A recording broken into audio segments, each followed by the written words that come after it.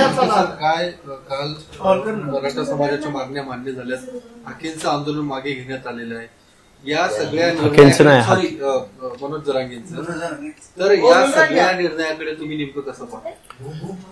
खरं तर महाराष्ट्रामध्ये काल जो महाराष्ट्र शासनानं जो गव्हर्नमेंट रिझोल्युशन पारित केला, हा GR आरक्षणाची संरचना उद्ध्वस्त करणारा आहे. मनोज जरांगे म्हणायचे की आम्हा सगळ्या सोयऱ्यांना आरक्षण मिळालं पाहिजे, सरसकट मिळालं पाहिजे. ते शब्द जरी या महाराष्ट्र शासनानं या GR मधून वगळले असले तरी नवीन शब्द आणून त्यांची मागणी एक प्रकारे मान्य केलेली आहे, असा मला अर्थ लागलेला आहे. तो मी महाराष्ट्रासमोर मांडण्याचा प्रयत्न करतोय. हा GR संविधान विरोधी आहे, मी बोललोच. हा GR वेगवेगळ्या न्यायालयांच्या निर्णयांचा अवमान करणारा आणि उल्लंघन करणारा आहे. हा GR महाराष्ट्रातील सामाजिक न्यायाच्या प्रतीक्षेमध्ये असणाऱ्या ओबीसींचं आरक्षण संपवणारा आहे, आरक्षणाचं झोपडं उद्ध्वस्त करणारा आहे. आणि या GR द्वारे महाराष्ट्रातलं ओबीसीचं आरक्षण, जे बोगस कुणबी सर्टिफिकेटद्वारे लोक ओबीसी मध्ये सर्टिफिकेट काढून घुसखोरी करत होते, त्या घुसखोरांना या GR द्वारे एक प्रकारे अभय मिळालेला आहे, रेड कार्पेट मिळालेला आहे, बढावा मिळालेला आहे, उत्तेजन मिळालेलं आहे. आणि ओबीसीचं आरक्षण मात्र शासनाच्या संरक्षणात आज उद्ध्वस्त झालेलं आहे.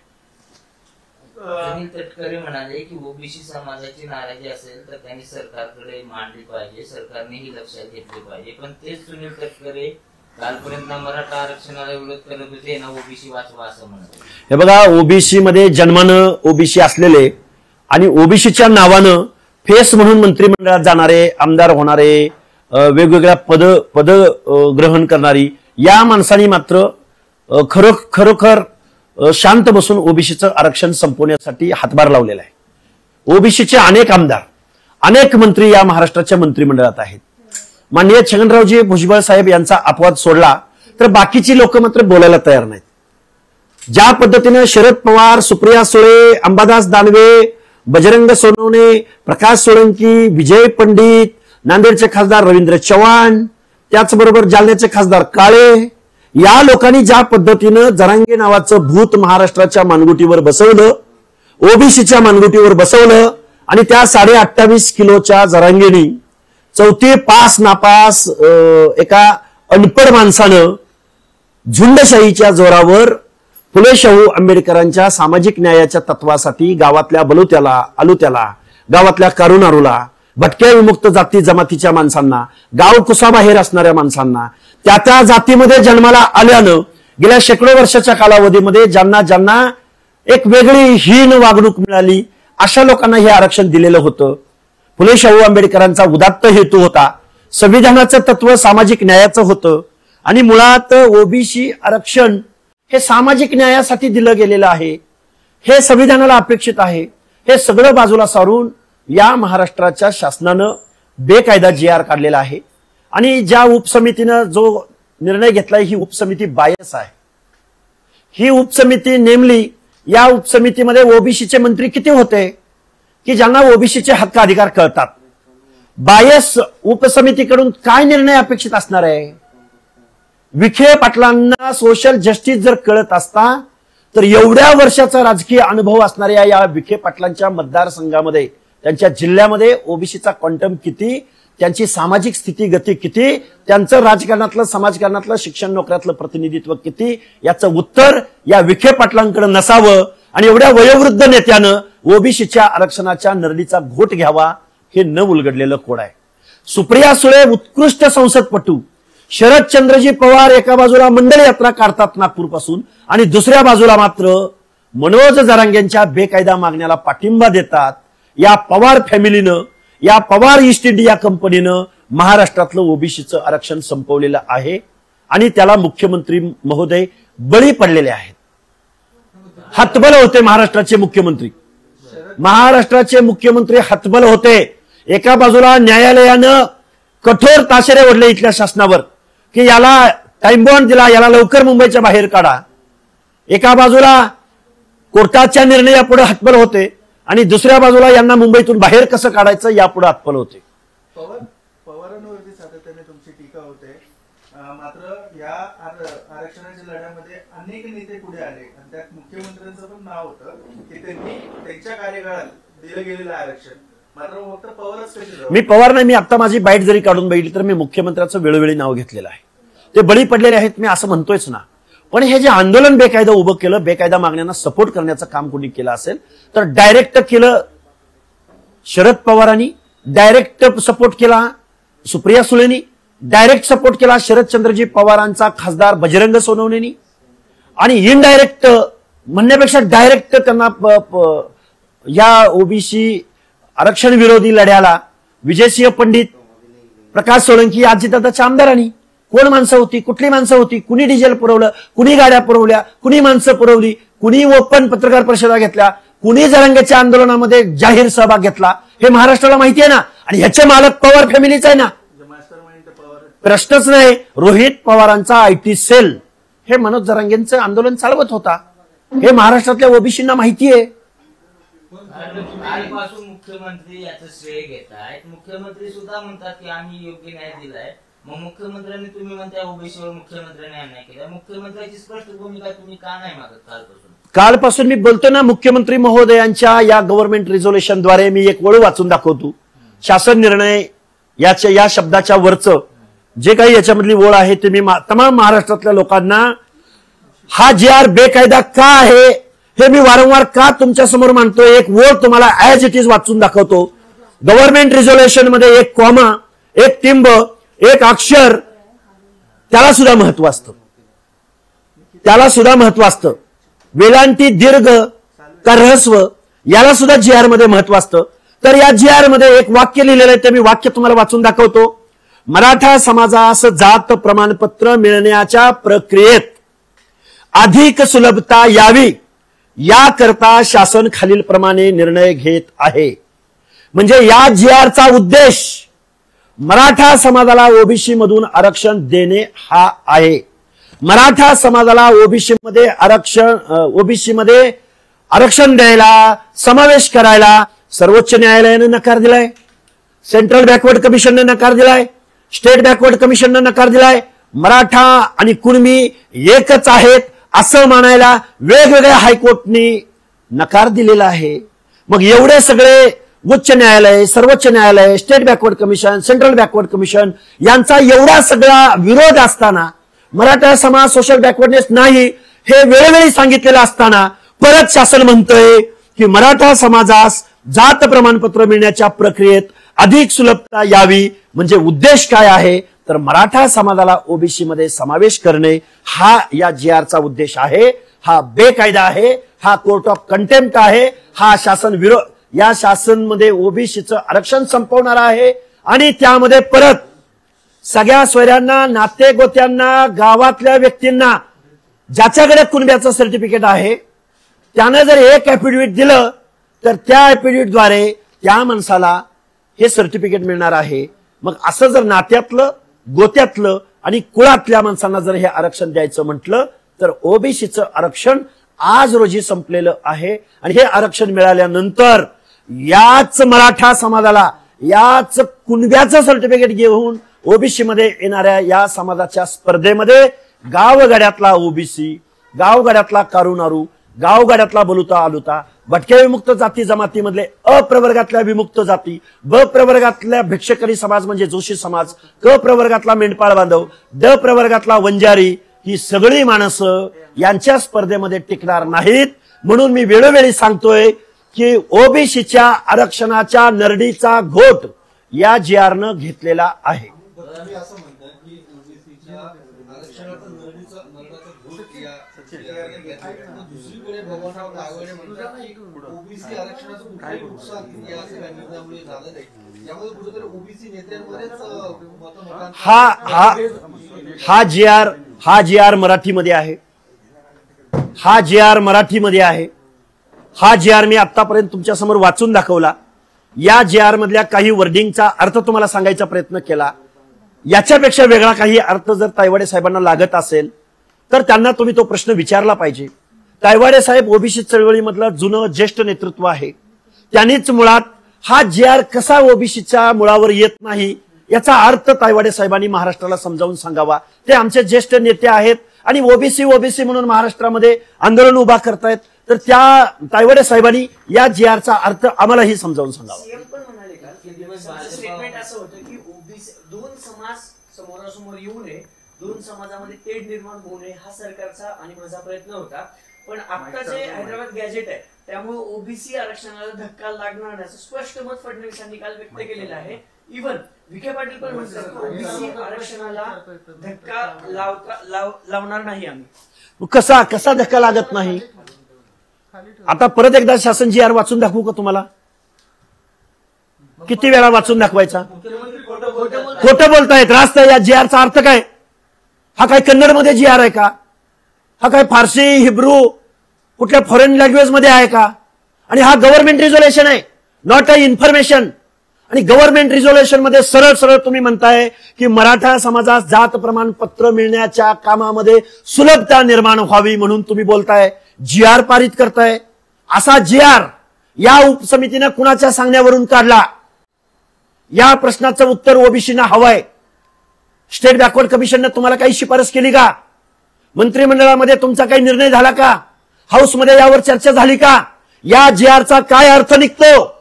मी एक आंदोलक म्हणून, एक कार्यकर्ता म्हणून, ओबीसी चळवळीमध्ये काम करणारा माणूस म्हणून याचा अर्थ काय निघतो हे मुख्यमंत्री महोदयांनी आणि महाराष्ट्रामधल्या विखे पाटलांपासून उपसमिती, आणि उपसमिती मुळात बायस आहे. या उपसमितीवरती आरक्षणाचं धोरण माहीत असलेला एकही मंत्री, त्याचा ABCD सुद्धा माहीत नसलेला माणूस त्या उपसमितीमध्ये नव्हता. हा बायस आहे. हा ओबीसी, ही उपसमिती ओबीसी आरक्षण संपवणारी ही उपसमिती आहे. मराठा नेत्यांमध्ये सुद्धा याच्याबद्दल संभ्रम आहे.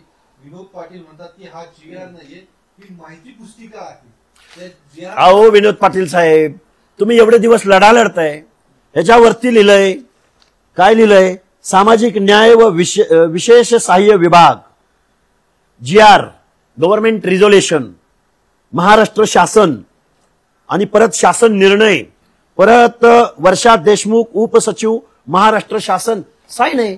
हे कशी इन्फॉर्मेशन असेल? अरे हो ना, मग GR आहे ना. मग खोटं बोलतायत का? झरंगेनं खोटं बोलतायत का? मग एक स्पष्ट करा, फसवणूक ओबीसी समाजाची झाली आहे का फसवणूक मराठा समाजाची? हो, मग विनोद पाटलांना असं म्हणायचंय का की फक्त माहिती आहे आणि हा GR नाही, असं म्हणायचंय का? अरे हा GR म्हणते ना, खोटं बोलतंय का शासन? मग खोटं बोलला असेल तर आम्हाला आनंद होईल, पण GR आहे ना हा GR खोटा आहे असं विनोद पाटलांना म्हणायचंय का? अरे हा GR म्हटल्यानंतर ओबीसीची फसवणूक आहे ना यामध्ये. GR आहे ना हा. हे बघा, आमच्या समोर दोन पर्याय आहेत. आमची न्यायालयीन लढाई लढणारे आमची एक टीम आहे. त्यामध्ये ऍडव्होकेट मंगेश ससाने, मृणाल ढोले पाटील त्यांची टीम आहे न्यायालयीन लढाई लढणारी. त्याचबरोबर आम्ही रस्त्यावरची लढाई लढू. ज्या शासनाला झुंडीची भाषा कळत असेल आणि झुंडीद्वारे मुंबईमधला सामान्य माणूस वेठीस धरून जर आरक्षण मिळवता येतं, जर GR पारित करून घेता येत असतील, तर मला वाटतं यांना झुंडीचीच भाषा कळते. उपोषण वगैरे हा निर्णय आमची कमिटी घेईल, पण त्याचबरोबर आम्हाला रस्त्यावर उतरवावं लागेल. तालुक्याला, जिल्ह्याला निवेदनं द्यावी लागतील. ज्या आमदारांनी या लोकांना पाठिंबा दिला, हे आंदोलन मोठं केलं आणि हा GR पारित करून घेतला, त्या आमदार खासदारांना जाब विचारावा लागेल. त्यामध्ये सत्तेतले जसे आहेत तसे विरोधामधले आहेत, त्या सगळ्या लोकांना जाब विचारावा लागेल. आणि मग आता हे इन्क्लुजन झाल्यानंतर, मराठा समाजाला सर्टिफिकेट वाटल्यानंतर गावगाड्यातल्या ओबीसीचं काय होणार? तो त्यांच्या स्पर्धेत टिकणार का? त्यांना एखादा महापौर, एखादा नगराध्यक्ष, एखादा गावचा सरपंच, गावगाड्यातल्या ओबीसींना, भटक्या जाती जमातींना माझी विनंती आहे, बाबा हो, आता तुम्हाला गावातल्या ग्रामपंचायतीचा 15 ऑगस्टचा झेंडावंदन म्हणजे झेंड्याची दोरी ओढण्याचा सुद्धा तुम्हाला अधिकार मिळणार नाही. तो अधिकार तुमचा संपलेला आहे. प्रश्नच नाही एवढा. म्हणजे अरे गावगाड्यामध्ये पॅनल प्रमुख मराठा आहे, सोसायटीचा पॅनल प्रमुख मराठा आहे, गावातला पाटील मराठा आहे, गावातला आमदार मराठा आहे, गावातला वसुली एजंट मराठा आहे, बदलीचा एजंट मराठा आहे, DDR मराठा आहे. तहसीलदार मराठा आहे, प्रांत मराठा आहे, आमदार मराठा आहे, खासदार मराठा आहे, महसूल मंत्री मराठा आहे, अर्थमंत्री मराठा आहे. मराठा नाही कुठं.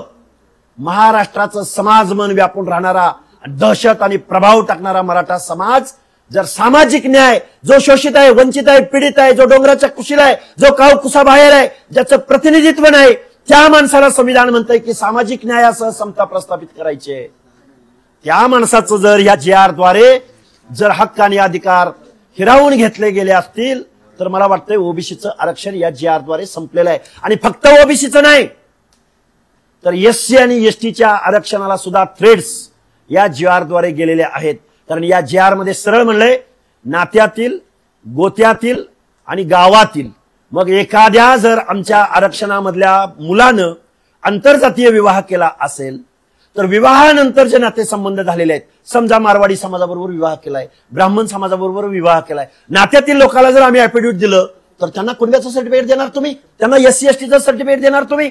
हा फक्त ओबीसी आरक्षणावरती घाला नाही तर हा SC STच्या आरक्षणाला सुद्धा थ्रेड्स पोचवणारा हा GR आहे. सर, तुम्ही म्हटलं होता की जरांगेंना ज्यांनी मदत केली त्यांचा आम्ही बहिष्कार टाकणार आहे. मग मुख्यमंत्र्यांचा पण तुम्ही बहिष्कार टाकणार? प्रश्नच नाही. मुख्यमंत्री महोदयांनी बेकायदा काम केलंय आणि ओबीसीच्या आरक्षणाच्या नरडीचा घोट घेतलाय. अजून काय मी उघडून सांगू? त्यांच्यावरही बहिष्कार टाकावाच लागेल. ही सामाजिक न्यायाची लढाई आहे. आम्हाला आमदार खासदारकीला उभं नाही राहायचं, आम्हाला मतं नाही मागायला जायची. आम्हाला गावगाड्यातल्या ओबीसीचे हक्क अधिकार वाचवणं ही आमची प्रायोरिटी आहे. हे आज रोजीचा आमचा उद्देश आहे, धोरण आहे. आणि ओबीसीच्या हक्क अधिकारासाठी आमचा जीव गेला तरी चालेल, आम्ही ही लढाई लढणार. मग मुख्यमंत्री असोत किंवा विरोधी पक्षनेते असोत, आमदार असोत की खासदार असोत किंवा वेगवेगळ्या पक्षाचे प्रमुख असोत. मुख्यमंत्री मागं म्हणायचे भाजपचा DNA ओबीसी, आता ओबीसी मतदान करणार नाही का भाजपला? आता DNA पण राहिला नाही, RNA पण राहिला नाही, काहीच राहिलेलं नाही.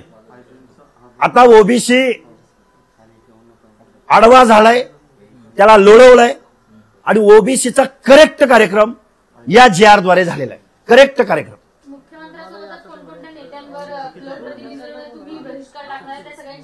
हे बघा, ज्या ज्या लोकांनी मनोज जरांगेंना गेल्या 3-4 महिन्यापासून सपोर्ट केला, पाठिंबा केला, बेकायदा मागण्याचं हे आंदोलन उभं केलं, त्या माणसांना आम्ही जाब विचारणार. त्या माणसांची यादी आमच्याकडे आहे.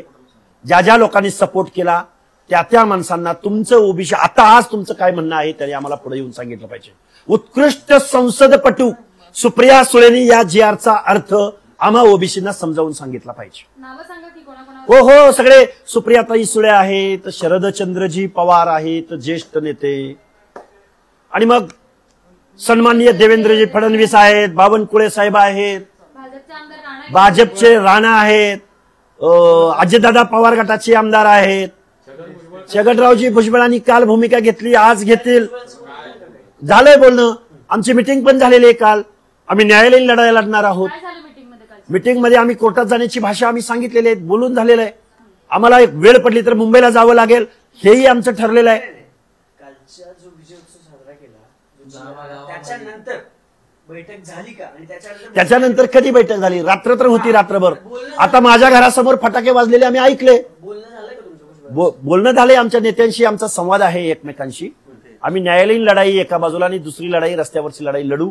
आणि ओबीसी बांधवांना आजच्या या डिजिटल जमान्यामध्ये आणि तुमच्या या सोशल मीडिया आणि इलेक्ट्रॉनिक प्रिंट मीडियाच्या माध्यमातून महाराष्ट्रातल्या जनतेला काय घडलंय, काय घडत आहे, काय झालंय आणि काय नाही झालं हे महाराष्ट्रातल्या सगळ्या लोकांना कळतंय. त्यामुळे ज्या ज्या लोकांनी जी भूमिका घेतली याचा जाब महाराष्ट्रातला ओबीसी त्यांना विचारणार, निश्चित कोर्टात जाणार. का नाही जाणार? बारामतीतच. पण उद्याच्या 5 तारखेला आम्ही बारामतीत जाणार आहोत. जे आमच्या बरोबर येतील त्यांना बरोबर घेऊन, जे आमच्या बरोबर येणार नाहीत त्यांना पायाखाली घेऊन आम्ही ही लढाई सुरू करणार. ओबीसी बांधवांना माझं हे आव्हान असेल, ओबीसी मध्ये परत 4-5 प्रकार आहेत. ओबीसी मधला जो बलुता आहे त्यांनी एकतर लढाईत सामील व्हा, नाहीतर आपला 100 वर्षापूर्वीचा व्यवसाय परत चालू करा. जो बंजर आहे त्याने कामाची बांधकाम व्यवसायावरती वाळू वाहा, विटा वाहा, बांधकाम करा, प्लास्टर करा. वंजारी बांधवांनी हातामध्ये कोयतं घ्या, परत ऊसतोडीला जावा. मेंढपाळ बांधवांनी, धनगर बांधवांनी परत मेंढराचा कळप करा, खंडी मेंढर वाढवा आणि आपला परंपरागत व्यवसाय चालू ठेवा. गावगाड्यातला कारू नारू, बलुते आलुते मग त्यामध्ये सुतार, लोहार, कुंभार, बेरड, परीट, रामुश सगळ्या लोकांनी आता आपलं आरक्षण गेलंय. आता फुले शाहू आंबेडकर नाहीत. आता तुमचा सहानुभूतीनं, बंधुतेनं तुमच्यावर अन्याय होतोय. तुम्ही गावकुसाच्या बाहेर आहे, तुम्ही गुन्हेगार आहे, तुम्हाला मान सन्मान नाही, तुम्हाला झेंड्याचा दोरी वडायचा अधिकार नाही, तुम्हाला सरपंच पदाच्या खुर्चीवर बसायचा अधिकार नाही. तुमच्याकडं कोणीही सहानुभूतीनं बघणार नाही. ना शरद पवार, ना सुप्रिया सुळे, ना फडणवीस साहेब, ना बावनकुळे साहेब, कोणीही तुमचं नाही. सत्तेमधून पैसा, पैशामधून सत्ता, हे सगळे कारखानदारांचे नेते आहेत. हे सगळे वतनदारांचे नेते आहेत. हे सगळे राजकारणात प्रभाव दाखवणाऱ्या गावातल्या गावगुंड्यापासून, मटक्याबुक्कीपासून ते गावगाड्यातल्या पॅनल प्रमुखापासून या सगळ्या लोकांची बटीक आहे. कारण यांना भीती आहे की आपला पक्ष पराभूत होईल, आपला आमदार पराभूत होईल, आपलं राजकारण अडचणीत येईल. तुमच्या बाजूला मात्र कोणीही उभं राहायला तयार नाही. हे संविधानाचं तत्व आज रोजी पायदळी तुडवलेलं आहे.